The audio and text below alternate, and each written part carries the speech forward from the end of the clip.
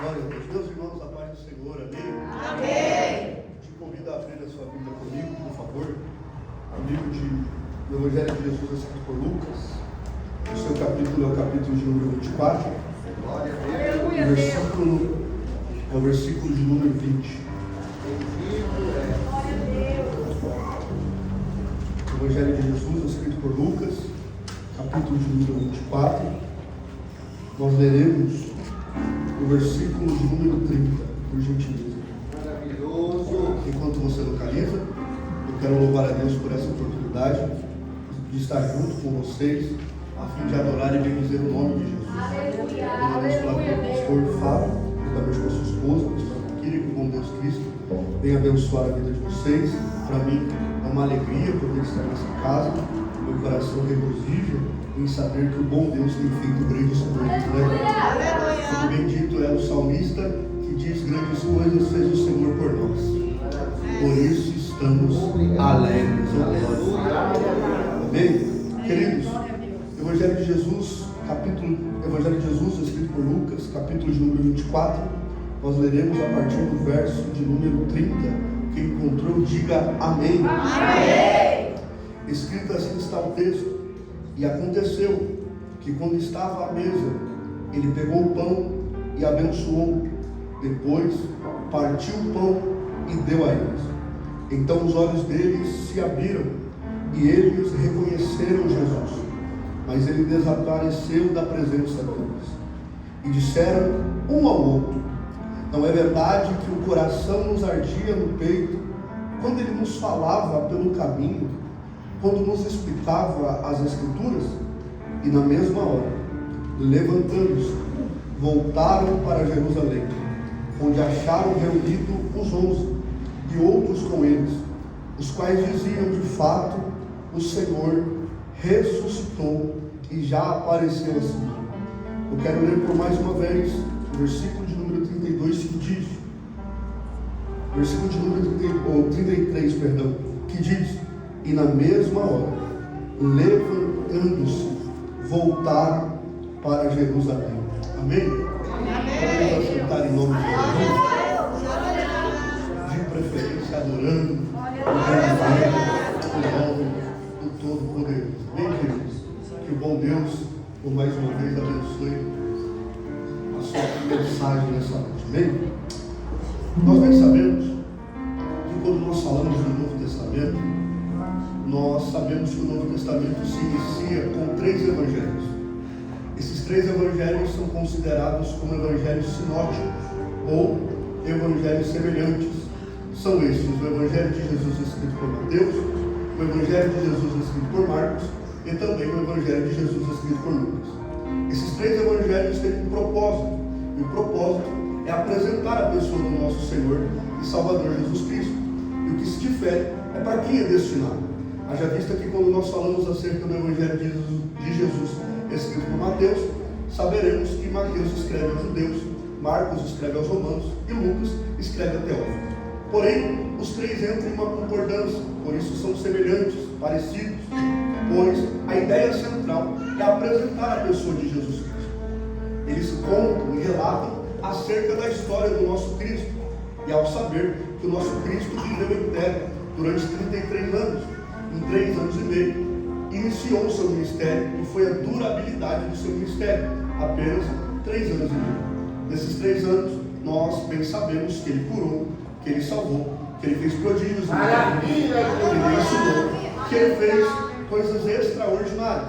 Porém, a sua vida em terra é marcada e bem descrita quando nós lemos o propósito central de por que ele está na terra.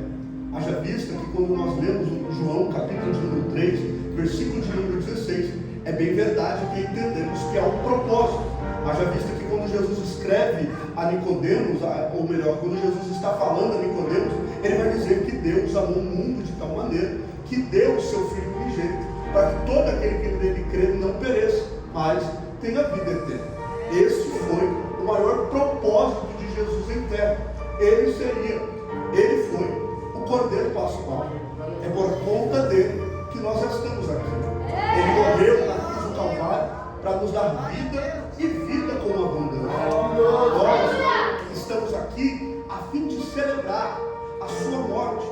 fim de celebrar que por conta da sua morte nós fomos resgatados.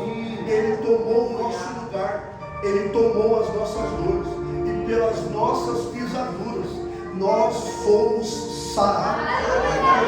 Como uma ovelha muda e calada, Ele não abriu a sua boca. Por quê? Porque era necessário que o Cordeiro morresse, e pelo sangue do Cordeiro nós fôssemos salvos pelo sangue do Cordeiro.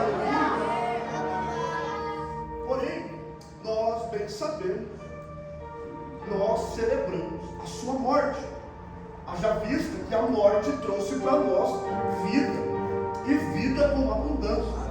O apóstolo Paulo escreve à igreja de Éfeso, no capítulo de número 2, que nós estávamos mortos, mas Cristo nos vivificou, nos trouxe vida, e é por isso que estamos alegres, pois Ele era eu, condenado, era você, o condenado.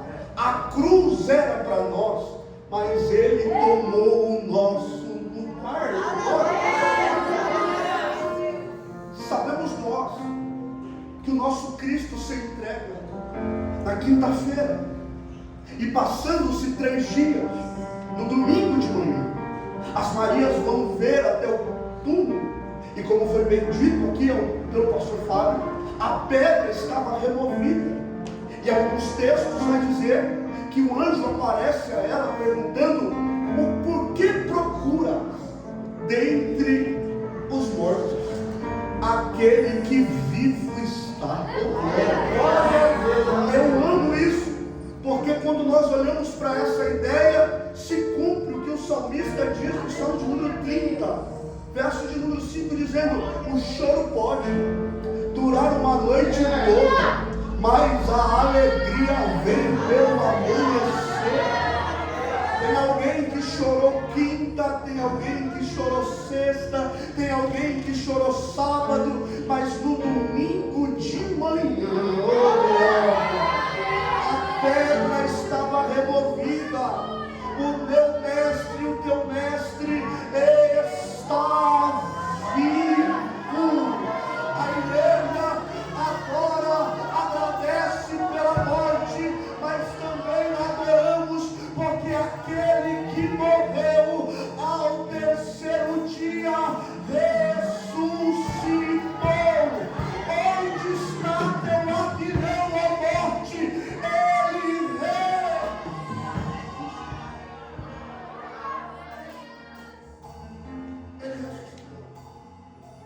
E nós adoramos a Deus por isso, porque outros que vieram antes e outros que vieram depois até falavam bonito, até explicavam de forma formosa, mas não foram capazes de vencer a morte.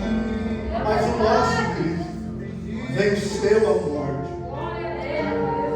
As Marias, ao ouvir, vão até os discípulos e vão falar aos discípulos que Ele havia ressuscitado, que Ele estava vivo, que Ele não estava lá, aonde? No sepulcro. E diante a esse contexto, a palavra do Senhor vai nos dizer que 2 homens vão ouvir também os discípulos saindo, indo até o sepulcro e não vendo Cristo lá. Eles retornam e o texto diz que 2 homens, ao ouvir estas palavras, vão se levantar e vão sair ao caminho de Damasco. Eles têm um destino, e o destino é Emaús. Eu repito, eles vão se levantar e vão ao destino de Emaús. Eles têm um destino, eles saem de Jerusalém, e entenda, eles não saem durante um período que podemos dizer de luto, mas eles saem de Jerusalém quando alguns discípulos e as Marias estão relatando que o Cristo já não está mais no sepulcro. E eles se levantam. E ao se levantar, eles estão caminhando. E qual é o destino, Mateus? Emaús. E eu quero enfatizar isso. Eles saem de Jerusalém e vão a caminho de Emaús. E o texto sagrado vai nos dizer que no período, no caminho de Emaús, enquanto eles estão no caminho, indo até o destino ao qual foi projetado, planejado por eles, o texto sagrado vai nos dizer que Jesus Cristo vai aparecer a eles. Porém, a Bíblia vai dizer que os seus olhos estavam impedidos de ver que era Jesus. Jesus então ressuscitado, ao saber que aqueles que estão vendo Jesus não estão reconhecendo Ele, Jesus então vai fazer uma pergunta. E a pergunta que Jesus faz é uma pergunta tanto quanto interessante, pois Jesus está olhando para os rostos dos discípulos e está vendo que o rosto não estava com um sorriso aberto, o rosto não estava alegre, não estava feliz, mas ao contrário, o coração, o rosto estava abatido, estava triste, estava meio desanimado. E uma pergunta se faz: como alguém que se diz discípulos do Senhor Jesus, ao ouvir que Ele já não estava mais no sepulcro, vai se levantar e vai até uma terra longe, Emaús. E quando alguém o pergunta e nota, percebe-se que o seu rosto estava desanimado, que o seu rosto estava triste, que o seu rosto estava abatido. E a pergunta que eu faço ao texto é o seguinte: por que estes estão saindo de Jerusalém? Por que estes estão com a mente, ou com o rosto, melhor dizendo, abatido, triste, desanimado? E quando nós lemos o contexto, eles vão responder àquele homem que era Cristo, mas eles estavam impedidos de ver que era Cristo. E eles vão dizer o seguinte: você não ficou sabendo que aquele que se dizia Jesus Cristo foi tomado, foi morto, e agora já se faz 3 dias e nada aconteceu? Alguns lá estão dizendo que ele não está mais no sepulcro, mas nada aconteceu. Até aqui surge uma dúvida, e eles continuam falando, e a gente pode perceber isso no capítulo de número 24, versículo de número 21, dizendo assim: nós esperávamos que fosse ele quem havia de redimir Israel, mas depois de tudo isso, já estamos no 3º dia desde que estas coisas aconteceram. Eu preciso chamar a sua atenção para esse verso, pois esse versículo revela a tristeza que há na mente, no rosto deles. Por que vocês estão tristes? Porque nós estávamos esperando que este que morreu remisse Israel, mas já faz 3 dias e nada aconteceu. Pastor Fábio, uma dúvida surgiu em meu coração ao ler esse texto, porque quando nós lemos esse texto, talvez, sem ler o contexto, a ideia que nós temos é que eles saem de Jerusalém a destino de Emaús, a fim de que eles estão tristes pela morte de Cristo, eles estão abatidos porque Jesus morreu,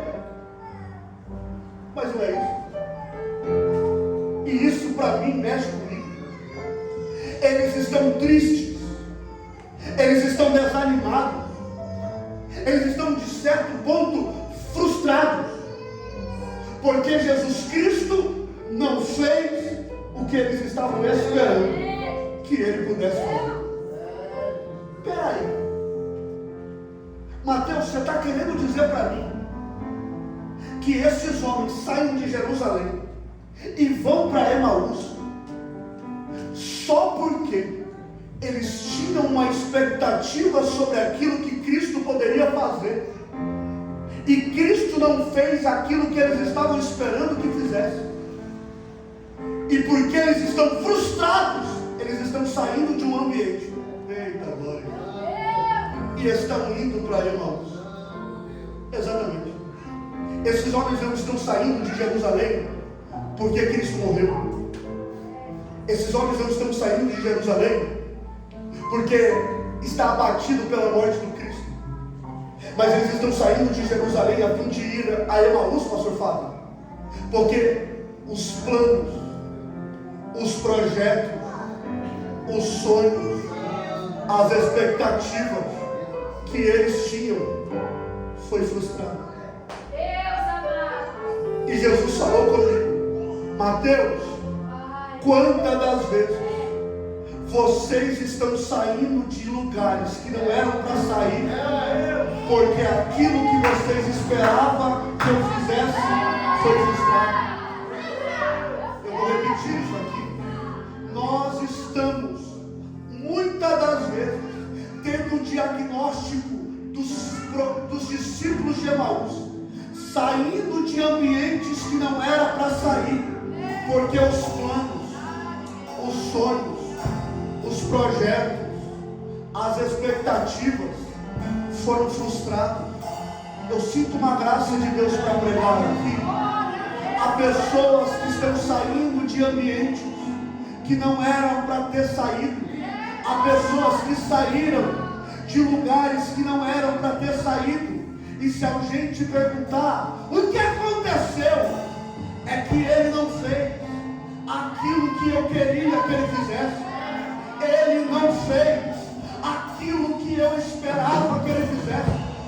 Então eu estou olhando para os discípulos de Emaús e vejo discípulos frustrados.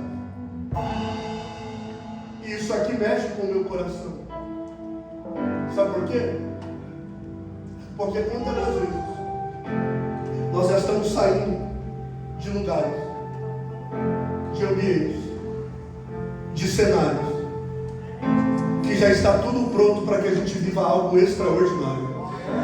Haja vista que após esses discípulos voltarem, isso não é um spoiler, porque a gente sabe que eles voltam, mas haja vista que Jesus, antes de subir aos céus, ele vai dizer o seguinte: ficai aonde? Em Jerusalém, até que do alto sejais revestidos de poder.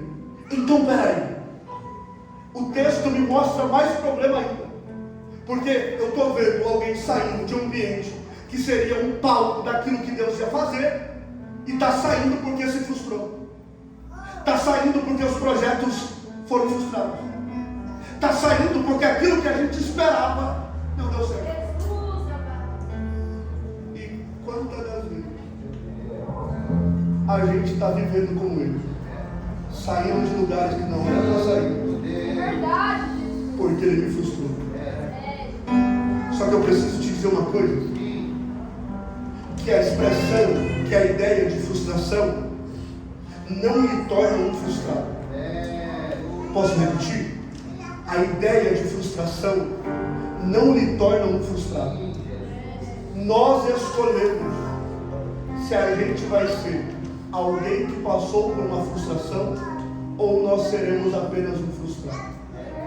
E eu preciso explicar isso aqui, porque alguém que passou por uma frustração vai dizer o seguinte: não aconteceu como eu queria, não aconteceu como eu esperava, mas amém, Deus está no controle e continua andando, continua adorando, continua vendo o culto, continua exaltando, continua na mesma intensidade. Não deu certo? Levanta, sacode a poeira e continua. Não foi como eu esperava, mas eu tenho problema. Ele está no controle, eu continuo caminhando. Isso é alguém que entende que a frustração faz parte da nossa vida. E alguém frustrado, Mateus, é alguém que não consegue pensar, ou melhor, não consegue pensar em outra coisa a não ser a frustração que tem. Você vai falar com ele, ele diz, não deu certo. Ele anda falando, não deu certo. Se você perguntar, está tudo bem, ele diz, está tudo bem, mas não deu certo. Não fluiu, não aconteceu. Então ele vive aquela frustração. Só que algo chama atenção no meu coração, porque esses discípulos não entenderam que frustrações fazem parte da nossa caminhada cristã. E eu sei que talvez isso vai machucar ou até mesmo te incomodar ao ouvir, mas o Cristo que nós servimos vai preferir frustrar alguns projetos nossos para que a sua vontade, para que a vontade dele seja feita. Eu vou começar a pregar ao coração de alguém, então recebe uma palavra. Por muitas das vezes Deus vai frustrar nossos planos, Deus vai frustrar os nossos sonhos, Deus vai frustrar as nossas expectativas para que a sua vontade seja feita. Esses homens estão tão frustrados que eles estão se levantando e estão saindo de Jerusalém. E isso aqui eu acho perigoso para você falar. Sabe por quê? Porque era só ficar. Oh, glória. Você vai entender onde eu quero chegar?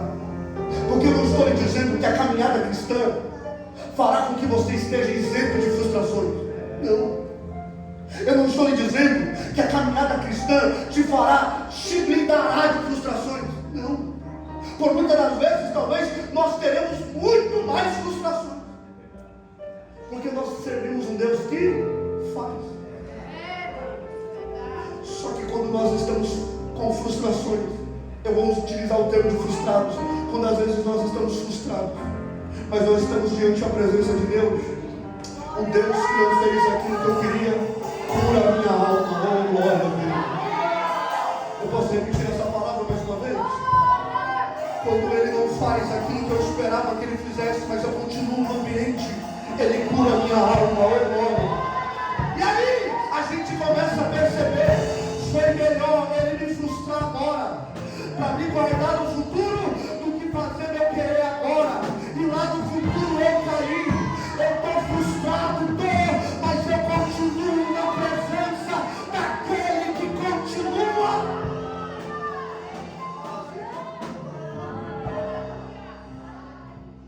Ele se frustra. E o perigo da frustração é essa. Que a frustração nos cegará. Meu Deus.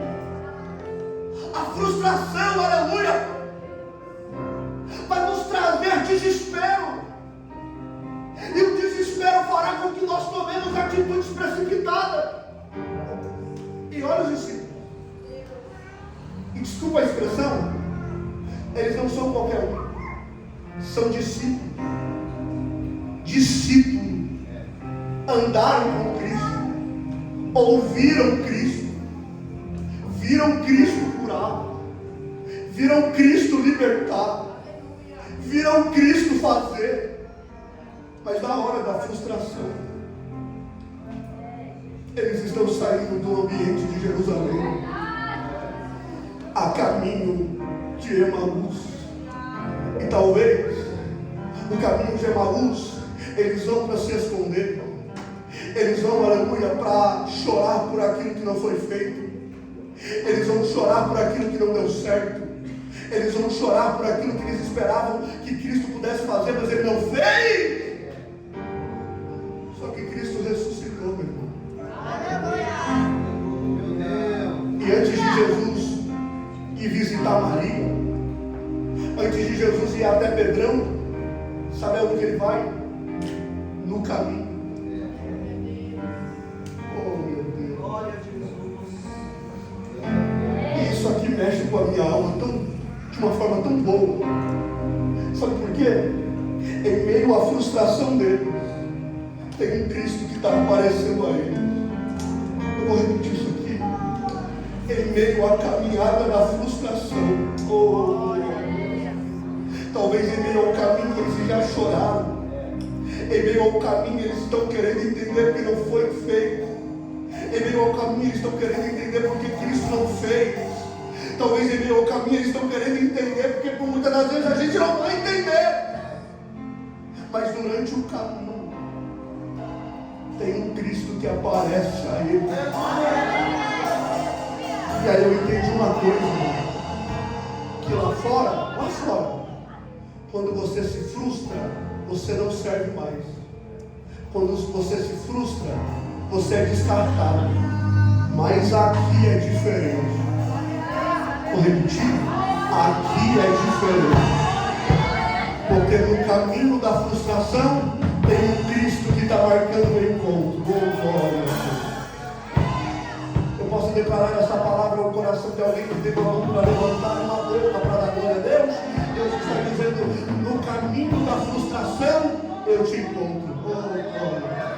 No caminho da frustração Cristo nos encontra. E Ele nos encontra a fim de dizer para nós e fazer com que nós entendamos, que possamos compreender que a frustração que eu tive não anula aquilo que Cristo tem para mim. Oh, glória a Deus. Eu posso declarar essa palavra no coração de alguém? Não é porque você se frustrou que Ele vai te abandonar. Não é porque você se frustrou que Ele vai te descartar. Pois Deus está dizendo, frustrado, mas ainda é filho. Frustrada, mas ainda é filho. Eu estou sentindo Ele aqui. No caminho da frustração, há um Cristo que está aparecendo e dizendo, eu vou restaurar.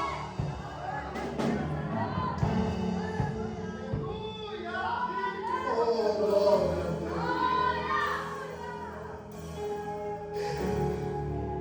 E sabe o que é mais bonito? E sabe o que mais mexe com a minha alma?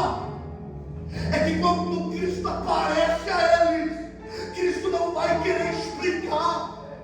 Cristo não vai dizer assim, ô meu querido, eu vou fazer tua vontade agora, tá? Não.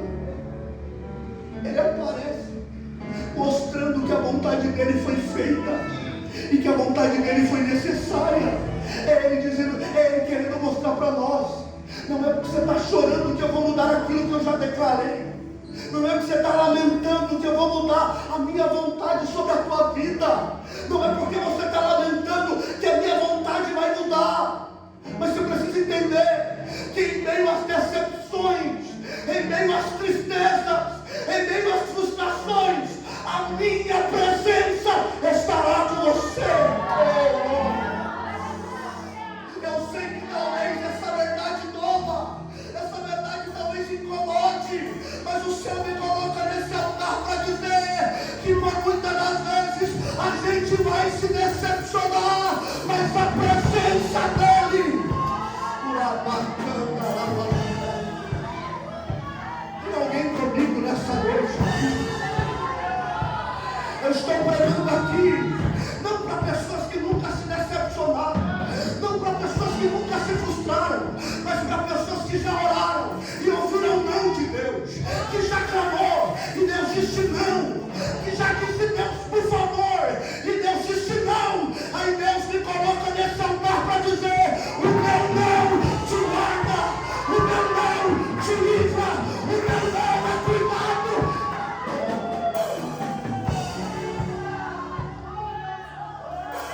Pelo amor de Deus, pegue na mão de alguém que está ao seu lado e declare para ela, porque ela precisa ouvir. Diga para ela, o não de Deus é sinal de cuidado.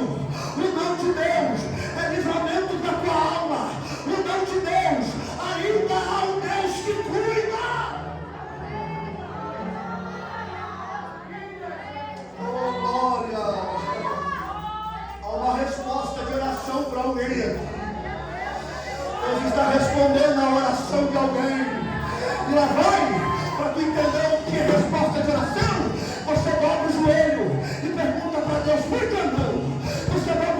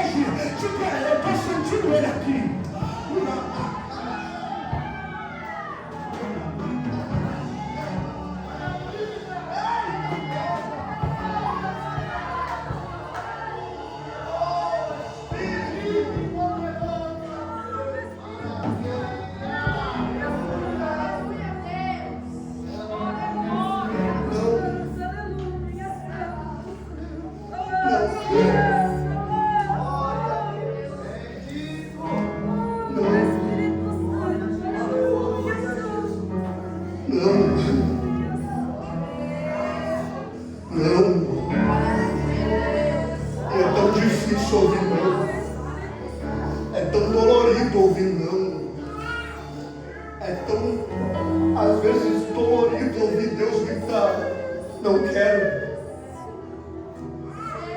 Não vai acontecer. Isso aqui é perigoso que eu vou falar, mas eu acredito que é uma igreja madura para entender a minha fala. A sua intensidade de oração não mudará a opinião de Deus. Oh, meu Deus. A sua intensidade na entrega não mudará aquilo que Deus já disse. Tem gente que está achando que é por conta da intensidade da oração vai mudar aquilo que Deus já disse. E eu sei que é dolorido ouvir. Eu sei que não é fácil ouvir isso no culto de domingo na ceia. Mas eu estou lhe dizendo que no caminho dos discípulos, no caminho da frustração, no destino de Emaús, há um Cristo que aparece a eles. E esse que aparece não aparece para explicar o que aconteceu, mas eles aparecem mostrando para nós que foi necessário. E aí quando a gente tem a ideia que algumas coisas são necessárias, mesmo que doa, mesmo que gere desconforto, mas o coração está ferido. Porque por muitas das vezes não é porque nós adoramos a Deus que a gente está sujeito ou isento de se ferir. Jesus vai conversar com eles, e aqui eu já encaminho para o fim. Jesus está conversando com eles. Na medida que Jesus está conversando com eles, a Bíblia diz que eles chegam até o caminho onde eles queriam estar. E Jesus dá como ele estava se tardando, que ia para mais longe. E a Bíblia diz que os discípulos vão olhar para Jesus, não sabendo o que ele era, e vão dizer o seguinte: está muito tarde, entra e come com a gente. Oh, meu Deus, olha que convite extraordinário. Entra na casa e senta na mesa conosco. O entrar na casa representa intimidade, e o comer, comunhão. E a Bíblia diz que ao partir do pão, ao partir do pão, vou repetir, ao partir do pão, deu graça, e o texto diz: os seus olhos se abriram e reconheceram quem estava na sua frente. E aí, sabe o que eu entendi? Eles estão na mesa, e Deus está dizendo: sempre haverá uma mesa para um frustrado. Eu vim pregar uma palavra no coração de alguém. Eles estão frustrados, eles estão decepcionados, talvez estão desgastados, talvez pela caminhada, mas eles vão convidar Jesus para sentar na mesa. E Deus está dizendo: há um lugar na mesa para alguém decepcionado ainda. Tem alguém comigo? Ainda há um lugar na mesa para quem se frustrou. Ainda há um lugar na mesa para quem não entendeu porque Deus não quis. Ainda há um lugar na mesa para quem ainda não entendeu porque Deus disse não. E Deus está dizendo: algumas coisas farão sentido quando você se acertar.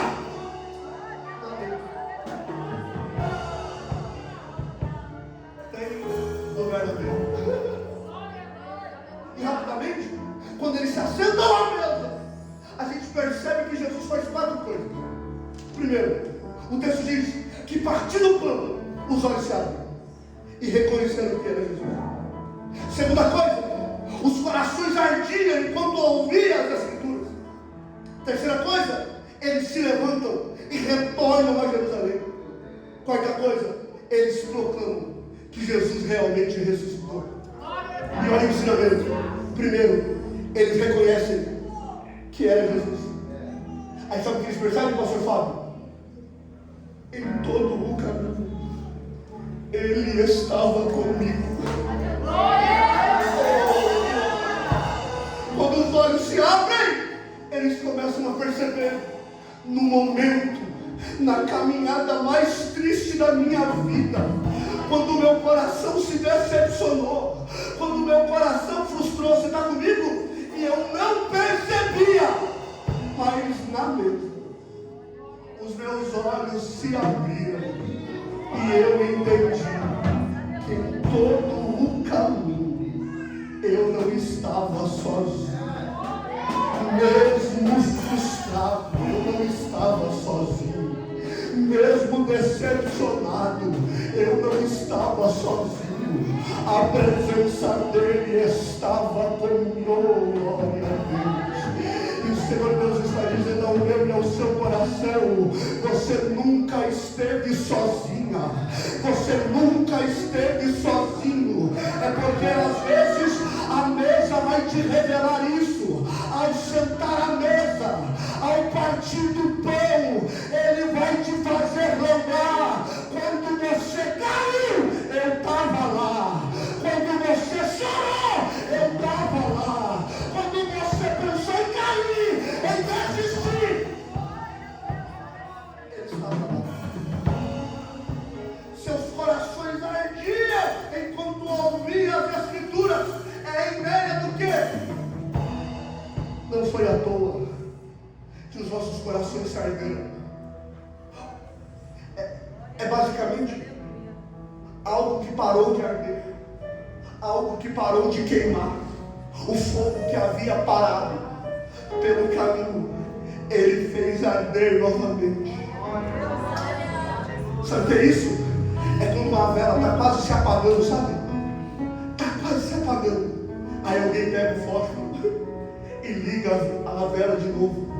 Está quase se apagando, mas a mesa, o partir do pão, está aquecendo de novo. O pavio vai voltar a fumegar. Jesus, o amor pelas Escrituras vai voltar a queimar.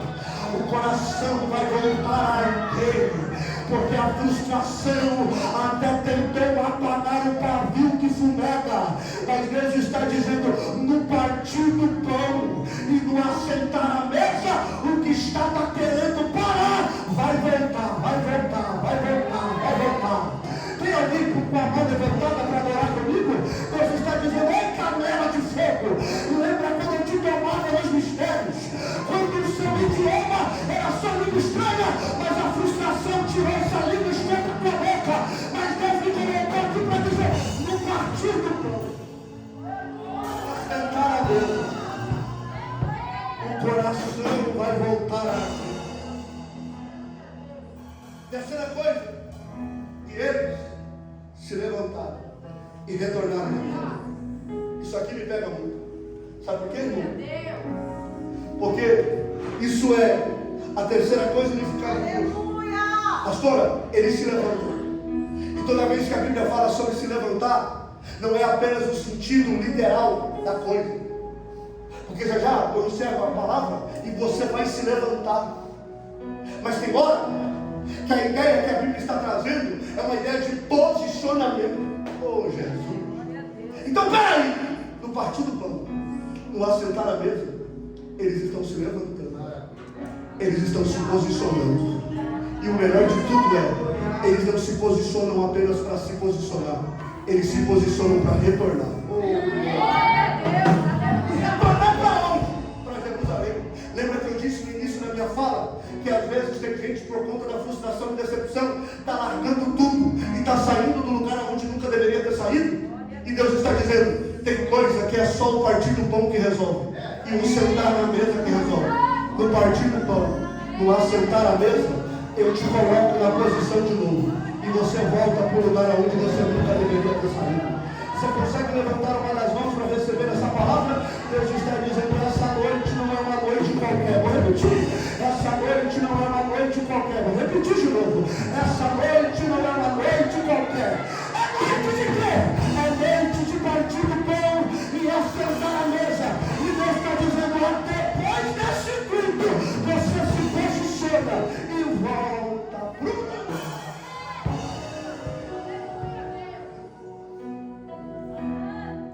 E para finalizar, quando eles se achegam até os discípulos, o texto diz que que eles proclamam. Verdadeiramente. Aleluia. Ele ressuscitou. Verdadeiramente. Ele ressuscitou. Deus está dizendo ao partir do pão e ao sentar à mesa, eu vou abrir teus olhos e você vai reconhecer que eu sempre estive com você. Quando tu estava quase capengando, eu estava lá. Ao partir da mesa e ao partir do pão e ao assentar à mesa, eu vou fazer arder novamente essa chama que havia dentro de você. Ao partir do pão e ao assentar à mesa, eu vou te fazer de volta, vou te trazer de volta para onde você nunca deveria ter saído. Eu entendi que eu estou pregando para uma igreja pentecostal, então você vai entender a ordem que Deus me disse agora. Deus disse para mim, Mateus, tem gente que guardou a ferramenta, tem gente que já está escondendo a ferramenta, mas o partir do pão e o assentar à mesa, a ferramenta vai voltar para a tua mão. Você está comigo ainda? A ferramenta vai voltar para a tua mão. E que é seu? A gente vai reconhecer. Ele está vivo. Que o bom Deus continue falando conosco. E para eu encerrar e entregar o microfone para quem do direito, eu queria te pedir um favor. Olhe para alguém que está ao seu lado agora. Mas eu preciso que você fale de uma forma séria, porque ele precisa ouvir isso. Ele precisa entender que talvez a igreja não fere, não, mas quem está sobre ela, às vezes nela, fere.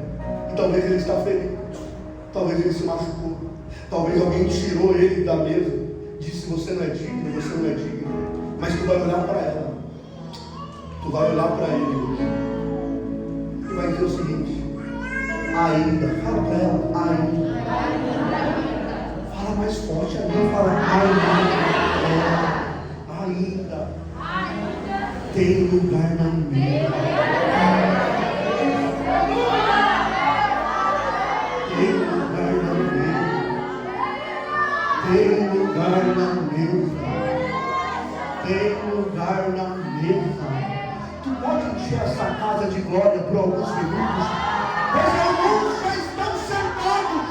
Mas tem outros que Deus está dizendo: ainda tem lugar na mesa. Ainda tem lugar na mesa. Pode se assentar. Oh, glória a Deus. Que o bom Deus em Cristo nos abençoe. Em nome de Jesus. Amém.